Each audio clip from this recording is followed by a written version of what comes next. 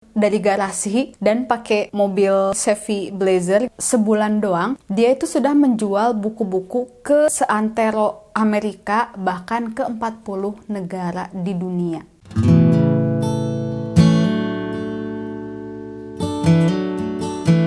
Hai, terima kasih udah klik video ini. Dan kali ini aku mau cerita tentang Jeff Bezos. Gak mungkin kayaknya ada yang gak tahu Jeff Bezos ini ya.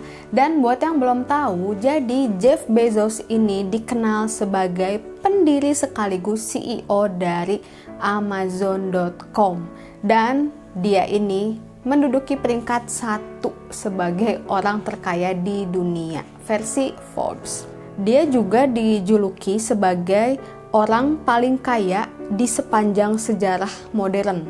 Ada modernnya mungkin Fir'aun dulu lebih kaya apa gimana ya, aku nggak tahu ya. Dan Forbes juga menjuluki dia sebagai orang yang jauh pokoknya lah ya, jauh lebih kaya dibandingkan siapapun yang ada di muka bumi ini. Bayangin, pas aku cek, iya sih ya, jadi peringkat 2-nya itu kan Bill Gates, dan kekayaannya itu memiliki selisih sebanyak 40 triliun dolar. Ingat ya, dolar, aku nggak ngomongin rupiah. Sedangkan Bill ke Mark Zuckerberg itu dia selisihnya cuma sekitar 2 triliun dolar gitu. Jadi memang Jeff ini terlalu jauh gitu loh hartanya. Jeff lahir dengan nama asli Jeffrey Preston Jorgensen pada tahun 1964 di New Mexico, USA.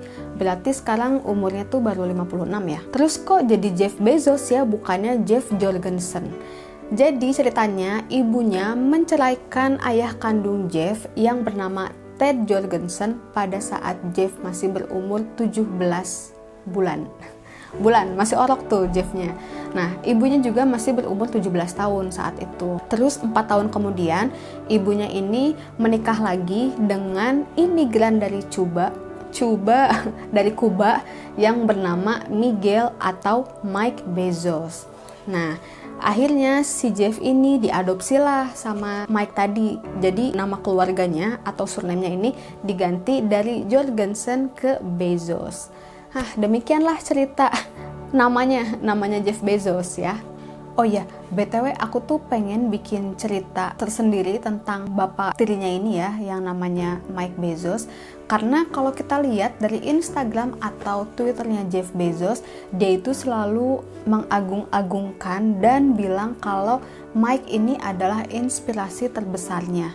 Akhirnya aku baca kayak sekilas gitu, dan memang kisah dia berimigrasi dari Kuba ke Amerika ini termasuk menarik gitu loh ceritanya. Dan ini intermezzo juga ya. Jadi ayah kandungnya Jeff yang bernama Ted Jorgensen tadi ini gak pernah tahu kalau yang punya Amazon itu adalah anak kandungnya. Karena pas cerai itu kan ibunya ngomong jangan ganggu lagi aku gitu.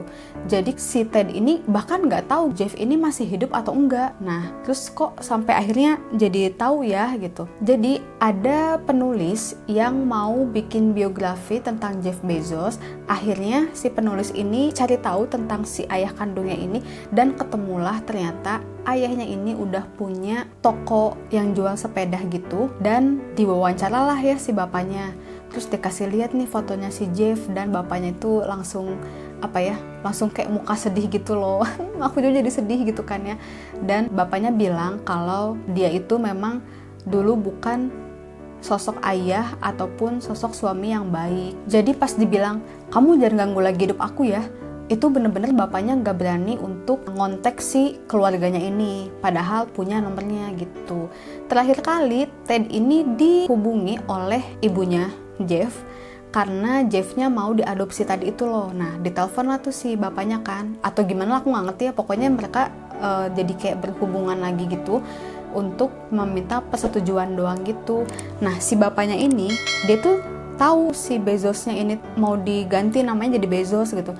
Cuman seiring berjalannya waktu ya bapaknya lupa lah tuh kalau ternyata marganya sekarang jadi Bezos. Akhirnya Ted meninggal tahun 2015, dan sampai meninggalnya itu Ted dan Jeff ini gak pernah bertemu gitu loh.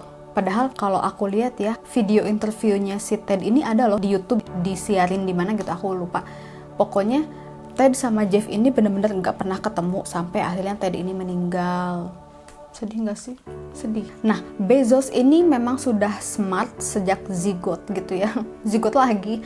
Pokoknya dia tuh udah pinter dari kecil, karena waktu kecil itu dia udah menyulap, apa sih ngomongnya? Pokoknya dia sudah merubah garasinya si orang tuanya menjadi laboratorium untuk alat-alat listriknya dia gitu loh.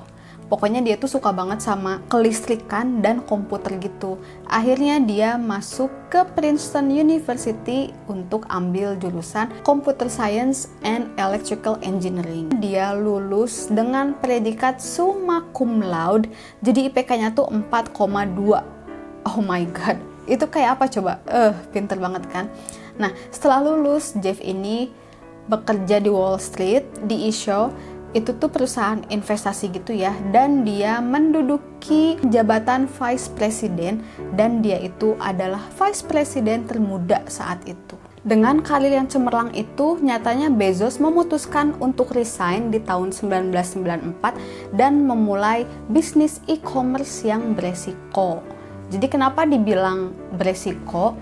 Karena e-commerce ini kan dulu belum in ya, jadi istilahnya si Bezos ini memulai hal yang baru gitu loh. Jadi belum tentu usahanya ini akan sukses. Nah, Bezos ini kepikiran untuk menjual buku secara online. Jadi dia pengen punya usaha online bookstore gitu. Akhirnya dia pindah ke Seattle dan dia memulai usaha bernama Amazon.com dari garasinya. Nah, jadi pas dia bilang tentang usahanya ini, orang tuanya berinvestasi sebesar 300.000 USD. Banyak lah ya. Jadi kayaknya emang backgroundnya juga sudah mantap gitu ya. Jadi akhirnya setelah si orang tuanya berinvestasi ini, launching lah tuh Amazon tahun 1995. Dan Bezos ini mengantarkan paket-paket bukunya untuk ke kantor pos itu menggunakan mobil pribadi dia, mobilnya Chevy Blazer itu loh. Oke, jadi awalnya Amazon ini cuman dari garasi dan pakai mobil Chevy Blazer gitu ya. Tapi sebulan kemudian usahanya ini berkembang sangat pesat ya, padahal tanpa promosi ke masyarakat gitu loh. Dia nggak yang diiklanin gitu, tapi bener-bener sebulan doang dia itu sudah menjual buku-buku ke seantero Amerika, bahkan ke 40 negara di dunia. Wow, sebulan doang loh. Tahun 1998 Amazon mulai menjual CD, terus 2002 dia kayak mau bangkrut gitu, terus 2003 bangkit lagi, 2005 Amazon mulai berjualan segala macam barang gitu ya, mulai dari hardware, apparel, sampai alat-alat elektronik. Kemudian di tahun 2007 Amazon launching yang namanya Kindle. Tahu Kindle kan ya, yang digital book itu loh. Nah, pokoknya udahlah terlalu brilian ya si Bezos ini. Oh ya, tahun 2000 Bezos ini mendirikan perusahaan luar angkasa yang bernama Blue Origin. Terus tahun 2013 Bezos membeli The Washington Post seharga $250 juta, dan akhirnya ladang-ladang inilah yang membuat kekayaan Bezos tidak tertandingi oleh siapapun. Terus 2019 kemarin dia tuh cerai sama istrinya kan, sehingga dia harus ngasih 1/4 dari sahamnya Amazon ini ke mantan istrinya. Nah, kalau nggak salah tuh udah sampai dikasih sekitar $36 billion gitu ya. Dan bayangin, dengan itu aja kekayaannya masih tidak tertandingi guys. Bahkan selama pandemi ini, di saat orang lain tuh kayak kesusahan gitu ya, Bezos malah merekrut sekitar 175.000 karyawan baru untuk menghandle pembelian-pembelian di Amazon ini karena membludak gitu katanya. Gila kan, makin aja nih si Bezos kayaknya udahlah, bye-bye aja tuh kekayaannya udah paling jauh dari siapapun gitu kan. Oke, kita masuk ke sisi lain dari Bezos ya. Jadi walaupun dia bilioner kaya raya nomor 1 di dunia, ternyata dia itu pakai mobil tua, mobil Honda Accord sampai tahun 2013. Dan pas diwawancara gitu, kok kamu nggak pakai supercar? Dan dia bilang, it's perfectly good car. Ini udah mobil yang bagus banget kata dia.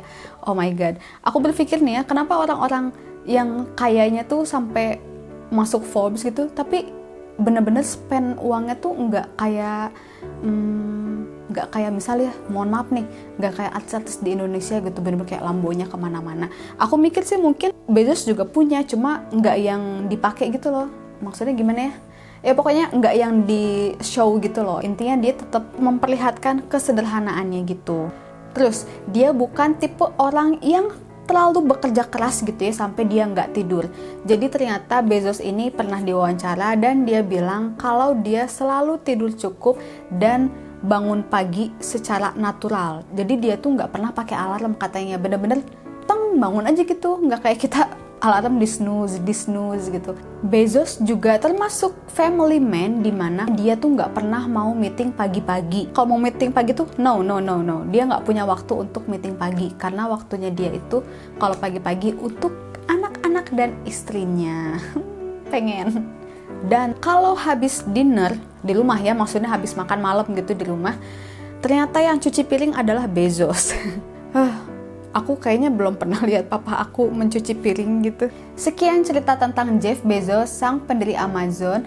Semoga bermanfaat dan mari kita petik kegigihan dan nilai-nilai positif lainnya dari Jeff ini.